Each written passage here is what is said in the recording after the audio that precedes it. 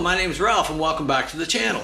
Today we're going to get some work finished on our fat tire bike here. We're going to put our new kickstand on it and we're going to fix the back wheel where it seems to be sliding back and forth when there was too much play on the axle spacers there. We want to get that upright and tight and get it the way it should be now that we've taken care of the rest of the issues. Alright, so stick with us and we're going to get at it today. So to start with, we're looking at the kickstand assembly, and as you can see, the whole top of this is bent up.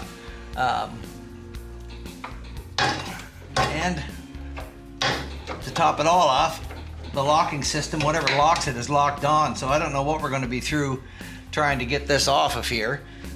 We could have our hands full with it. These little stands look cool, but inevitably it puts a tremendous amount of stress on this area, and they're certainly not built for that. And this bike is quite heavy, and as you can see, it's separated from there. So we're gonna have a look at it and see what we can do to get it off to start with.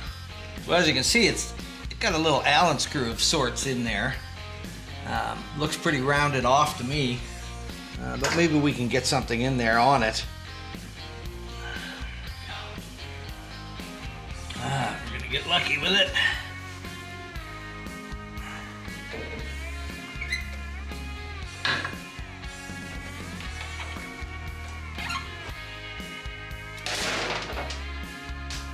And there's about what we're stuck with.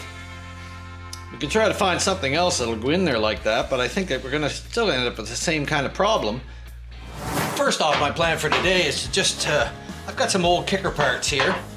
We're just gonna screw something on here to give us an idea. Now I know that he likes the low single stand look, and that's cool and all that. When the bike flops over on its side on you somewhere because the stand broke, and I expect that the problem that's developed with this is going to be a continuing problem.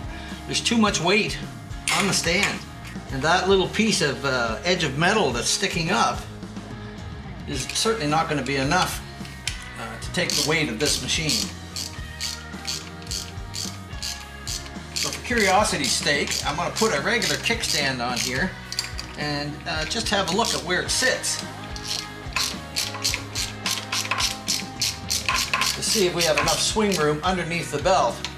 Now there is small units that you can put on them to regulate how far the kickstand sticks out, and we may use that to keep it out off of the belt. But this is more just for a test to give us an idea of where this is at. We have no idea the height of this, although this should be pretty well standard. Everybody makes their own frames and makes little tweaks to it here and there that they like, and it doesn't mean that everything else will fit it. Let's try, this will be like a soft tail kickstand.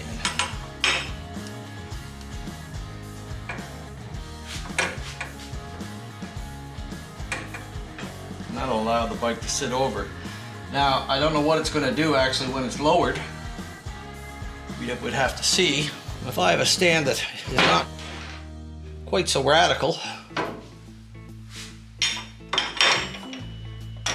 that, we do need one with a fairly straight lip on it.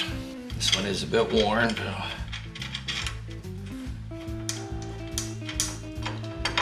Something like that will lock in. Still have enough. It's certainly not going to unlock when it's up, but so we're going to have to go to the catalog and see what's available. A lot of these have big tabs on the end of them, which are not applicable to this sort of setup. So we've got our new kickstand kit. We're hoping that everything is contained within it. Usually that's not the case.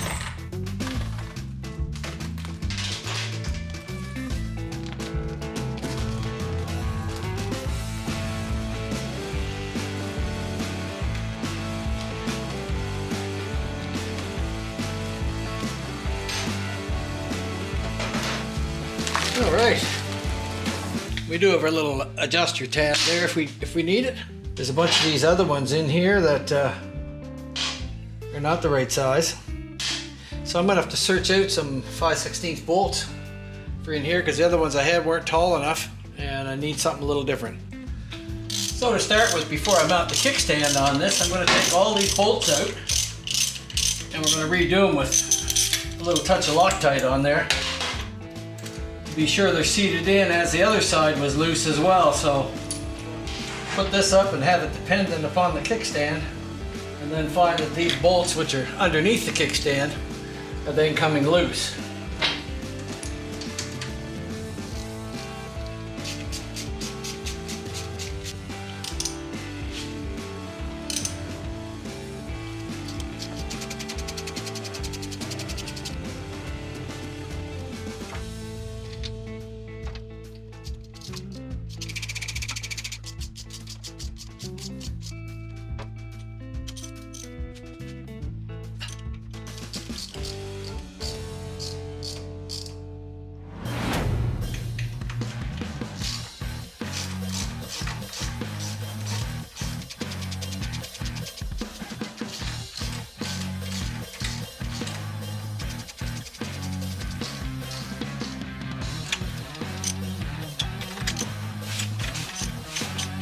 Let's have a look and see where we're sitting at. What we're going to do is try this on here. I'm going to figure out where we're swinging up underneath this, but we need it to come out far enough so the bike can lean over. And right now, we don't have a lot. We have a little bit, but he likes it to lay right over. So what we're going to have to do is go up in underneath here, tweak this stand up a little. Right about there. So now we've taken our kickstand and put some bends in it, which is quite a bit from where it was. We've bent this end up, and we've got the bike lowered as low as it will go, so that possibly he can set it down. See if we can get the spring out first. That's always the biggest nightmare. Through there more. I'm thinking should be cutting that off. I think if it went in farther, it will pull it up farther as well. So get in there and cut that off to allow it to swing back farther. So we've wedged some cardboard up in underneath the belt so that we're not going to be grinding right on the belt, and that should keep it nice and clean. So we're going to try to make a cut in there.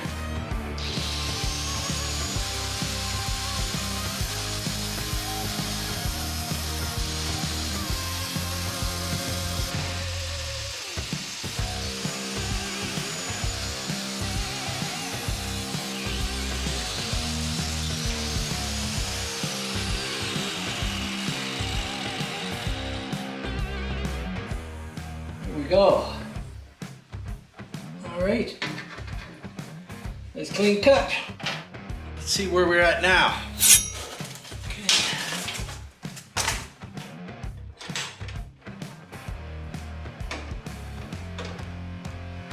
Looking better. It's looking way better.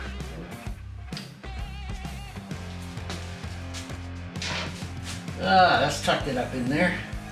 This is our little piece with an adjuster on it, so you can set the belt in and out wherever you'd like to set it. And I think on this application, it's going to work just right. What we're going to have to do is shave just a small little piece off of that. So we're going to take just a little touch off that, just to bring it in a little farther with the belt, but not very much. Tiny little bit off the edge of that, just a little bit more, and we'll have it. So it'll set up in there nicely. There we are. All right, that's looking good. That's looking good right there. Off the belt. So there we go. We've got our little adjuster on here. We've just cleaned it up on here, and that'll keep it. When our kickstand goes up, we've got clearance from the belt here. I can put my finger through it, right here. So the belt can't come down and hit it. I'm down maybe a ½ inch lower on the frame, maybe, but he has lots of clearance. So and there should still be enough here to lay over when the shocks are lowered down. It's kind of hard to set everything at a level, you know, so when the shocks are way up, of course it's going to sit way over even farther, but lowering it down, we'll see when it's off the stand how far it will lean over. I'll give them a little something to grab there too. Can't really get down that far to see, but it is level with the frame. So that takes care of that. So once we tried this a bit, we found that it's still not laying the bike over far enough. So we're going to put this little wedge plate kit in it. They work really well on lowered bikes, I find. And it's a tapered piece here, which sets the kickstand out and gives us a better chance of it for a lowered bike so it won't sit over so far. So we're going to try this and see how it goes.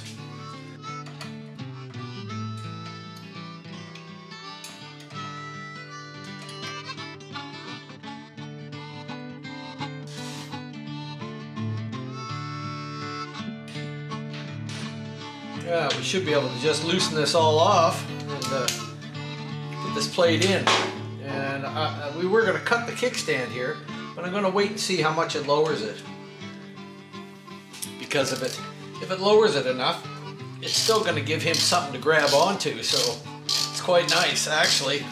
Otherwise we'll have to cut it off around here.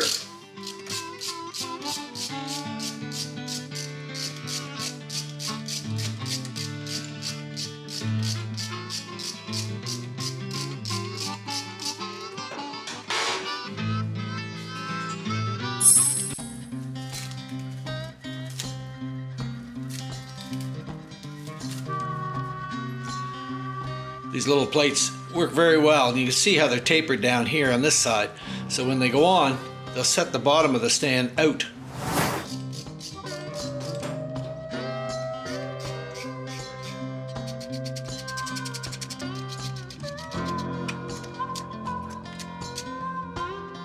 That's going to work just fine.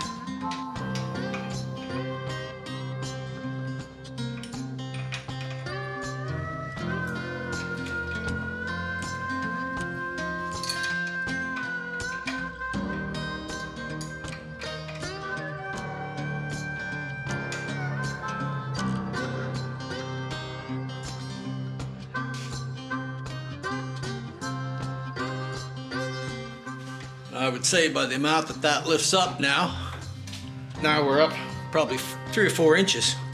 So that should give us the lift that we need. So right here we're coming up close to the belt here, although it's not touching, but if I force the belt down I could get it to touch. So I think what we'll do is we'll just going to bring that out a tad, a little tiny bit. And we can do that by just changing the position on this. Just tighten this little screw in there a bit. And maybe just one little more.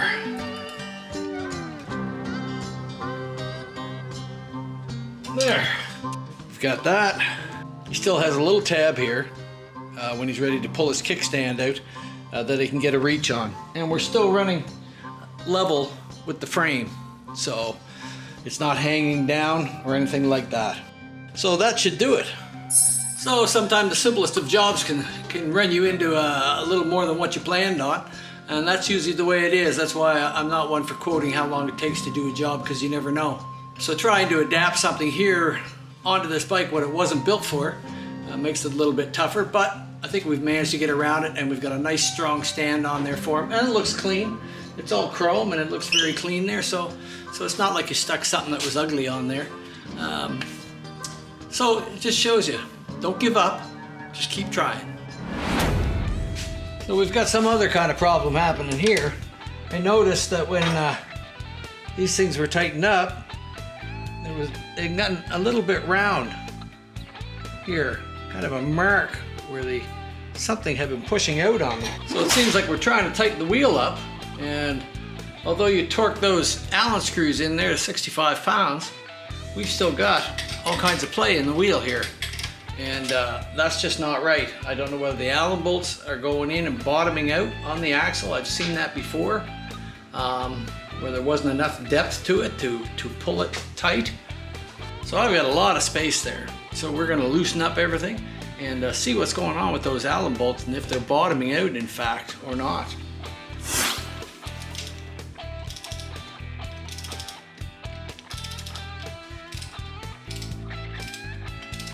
We definitely want it to go this way to keep the chain straight. So what we're going to check here is the depth of the Allen screw in there to start with.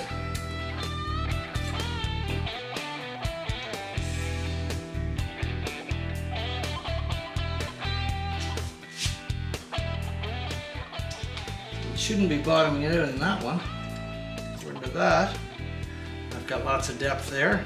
So what's happening here is when we put our axle adjuster and our axle plate in here, this flat area butts up against here and here. And you can see this is almost flush with it.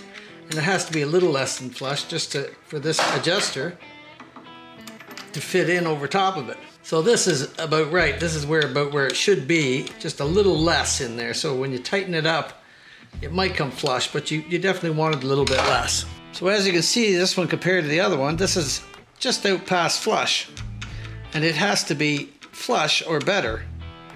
It actually should be in there, probably 1/8 of an inch. Because when your axle adjuster tightens up in there, this flat spot on the back, as you can see, is shiny. That goes up against the axle, and it has to fit in flat here at least. And there should be leaving some to tighten up and torque this axle. So with those ones sitting where I showed you, we've pushed the wheel over to the chain side hard so we can't move the adjuster. And on the other side here, this is how much play there is. And our axle is still sticking out that way a little bit. It actually should come in a little bit farther. So what's happening is this wheel is trying to walk back and forth and back and forth. And it was putting pressure on the axle caps, covers. And it was putting pressure on those and putting a slight bend in it. And I noticed looking at it that there was a little mark where they were sticking out. So now with this being where it is, we have two choices. We can put a spacer in, you know, or a bigger spacer. I don't think I have a 1-inch spacer, but I could cut a small one to take up the slack, to bring both sides of the axle just in a little bit. Just in a little bit from the outside edges, so that when we tighten them up, the screws won't be bottoming out in them and they'll actually be tightening up on the axle. So we can either make some spacers, or I can take the axle out and perhaps turn a little bit off the ends of the axle, because it's obviously too long for the swing arm. And I've seen this before on custom bikes, and they torque them up and tighten them all up, and everything seems to be fine at first. But it's actually walking back and forth and things are moving around all in the back as the brake was. So that's what we're gonna work at probably tomorrow, and we'll get that done and get back to you and let you know what we're gonna do. So what we're gonna do, we've adjusted this in, and this is the small piece in here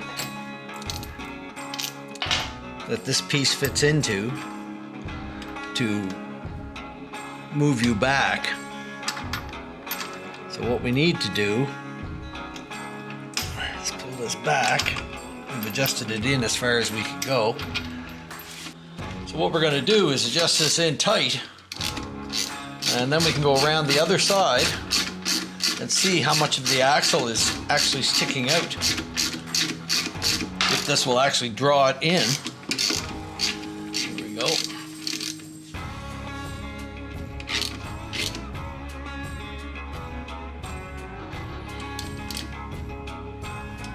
Okay, so we'll go around the other side and have a look.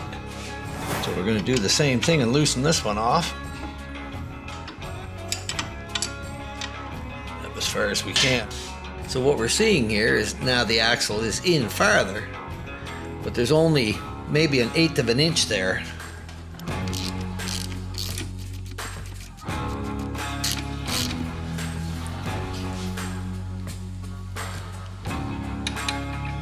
So now you can see, and I've got both axles tightened up. So I'm either going to have to put a spacer in here, a small spacer. I'm going to have a look around to see if I have a 1-inch spacer that I can put in there, or I'm going to have to pull the axle out and turn a little bit off it, because it wouldn't matter now how much you torque it. we still have this space of which the wheel goes back and forth. So with it loosened off a little bit, we can see how much play we've got in here. And we've got a big washer that we find will just fit in there. And it's still leaving. If we cut that out to go into the 1 inch, that will make this back off. The other nut is hard against it, so it will still give us some here. So we can still see that down in here, we're backed off a little bit from the edge. Just a little bit more than the thickness of the washer. But that should allow us to tighten up this and still have lots in there. So we're gonna have to bore the washer out to fit.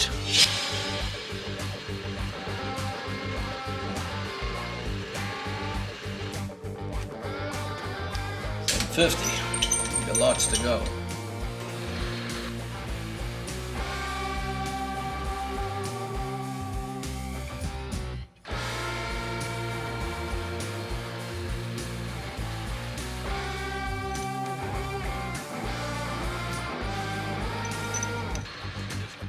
Breaking the burrs off them, make sure it's nice and smooth on both sides.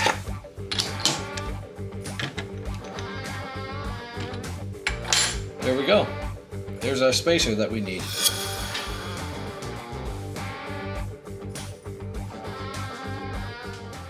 Alright, now what we're going to do is try to put this spacer down in here, in this area right here. And that will space that out just a tiny bit. I'm going to try and tap the axle back just enough. Hopefully the things won't all fly out. We're just slightly supported here.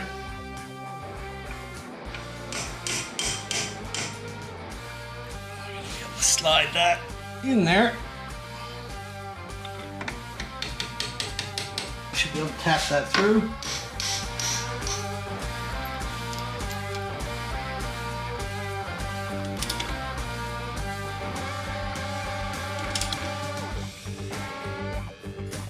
There, we're bottomed out there. Now we have zero play, side to side. Sometimes when you're changing things on a custom bike and things are made such a tight fit, it makes it hard to make adjustments. And it is more work.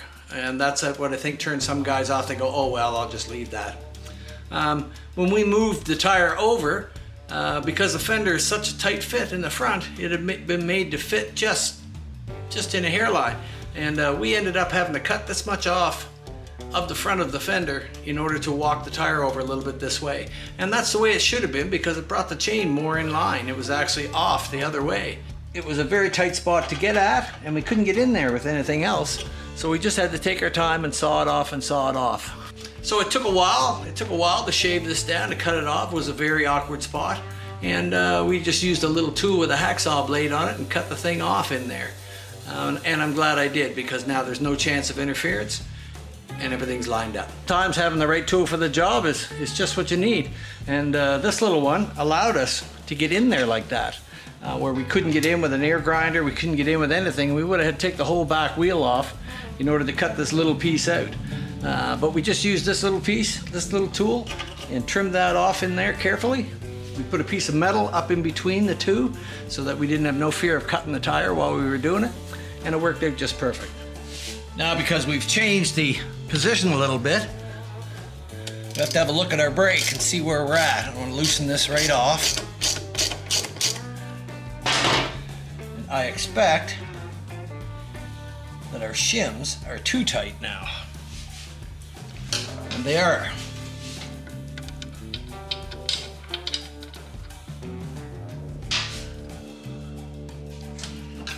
Give those a little tap. They should pop right out.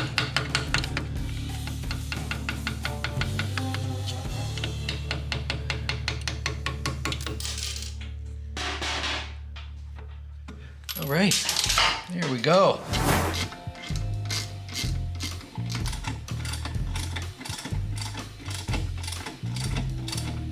There, we're coming more in line now, what we want.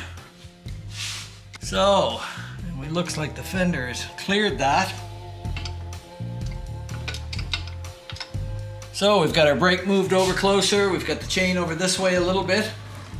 And we're looking pretty good there now. We're not tightening right up, but let's snug it up.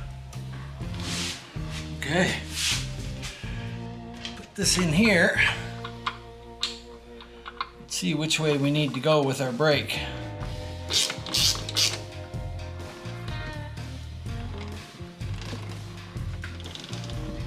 There. All right. That's more like it.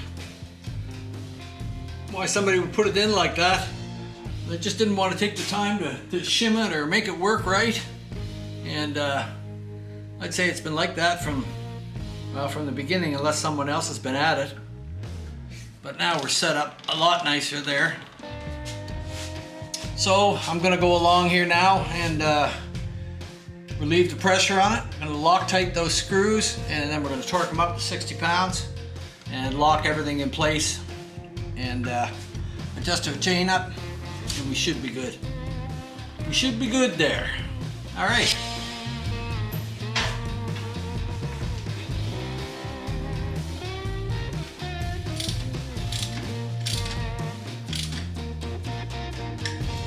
Some on the other side. Trying to get our chain running in the center of the sprocket.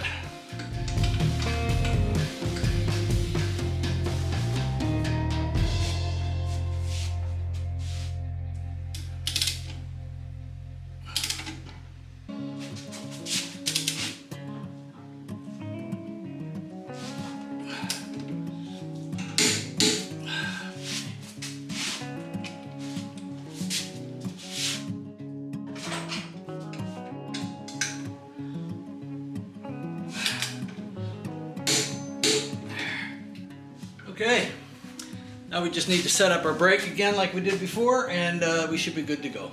So now we got things pretty well straightened out on this, and I feel good about it. Our brake is set up, our axle is now tight, and the wheel is not walking around back and forth.